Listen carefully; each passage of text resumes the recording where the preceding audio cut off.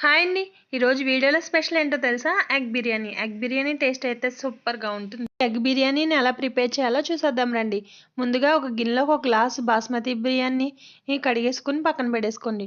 తర్వాత ఒక కుక్కర్ పెట్టుకుని 2 స్పూన్లు ఆయిల్, 2 స్పూన్లు నెయ్యి వేసుకుని నెయ్యి, నూనె మరిగిన తర్వాత ఉప్పు, కారం, పసుపు వేసుకొని ఉడకబెట్టిన కోడిగుడ్లను అందులో వేసుకొని బాగా ఫ్రై చేసుకోవాలి. బాగా ఫ్రై అయిన తర్వాత ఒక గిన్నెలోకి అదే ఆయిల్‌లోకి బిర్యానీ స్పైసెస్ వేసుకొని లైట్‌గా ఫ్రై చేసుకోవాలి. తర్వాత ఉల్లిపాయ, టమాటా, పచ్చిమిర్చిని వేసుకొని బాగా ఫ్రై చేసుకోవాలి.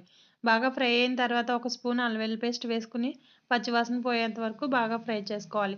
ఒక స్పూను బిర్యానీ మసాలా, ఒక స్పూన్ ధనియాల పొడి, ఒక 2 స్పూన్లు ఉప్పు వేసుకొని బాగా ఫ్రై చేసుకోవాలి. బాగా ఫ్రై అయిన తర్వాత గ్లాసున్నర వాటర్ వేసుకోవాలి.